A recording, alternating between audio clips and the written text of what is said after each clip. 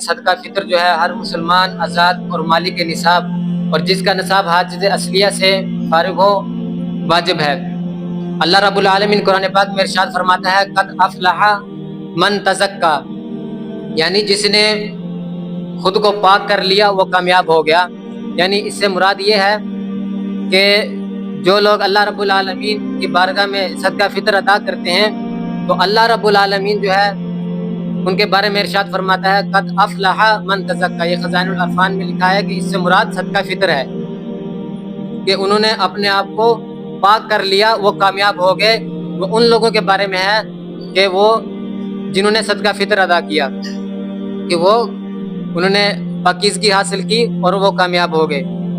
تو نبی پاک صلی اللہ علیہ وآلہ وسلم نے صدقہ فطر جو ہے اس کو مقرر فرمایا ہے، اور اس لیے اس میں صدقہ فطر ادا کرنے سے جو ہے نا روزہ رکھ کر فضول باتیں اور فضول کلام جو انسان سے ہو جاتا ہے وہ اللہ رب العالمین اسے روزے کو طہارت نصیب ہو جاتی ہے۔ اور پھر اس کا دوسرا فائدہ یہ ہے کہ اس میں مسکینوں کی خوراک کا انتظام ہو جاتا ہے۔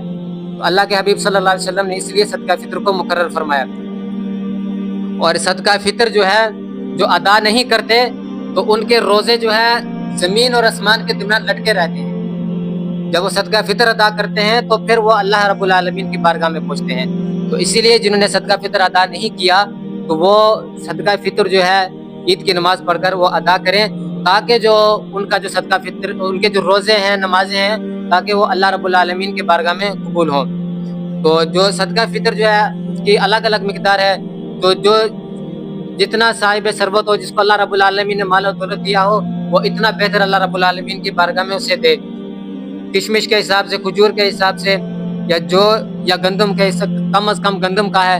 تو جس کو اللہ رب العالمین نے جتنی استطاعت دی ہو، جتنا رب العالمین اللہ نے نوازا ہو، تو وہ اسی حساب سے وہ اپنا صدقہ فطر ادا کرے، تاکہ جو یہ روزے جو ہیں ہمارے لغو کلام یا پھر ایسی کوئی بات ہم سے نکل جاتی ہے جس سے اللہ رب العالمین کی نافرمانی ہوتی ہے، تو پھر وہ روزے جو ہے معلق رہ جاتے ہیں۔ تو یہ صدقہ فطر ادا کرنے سے جو ہے وہ اللہ رب العالمین کی بارگاہ میں پہنچ جاتے ہیں۔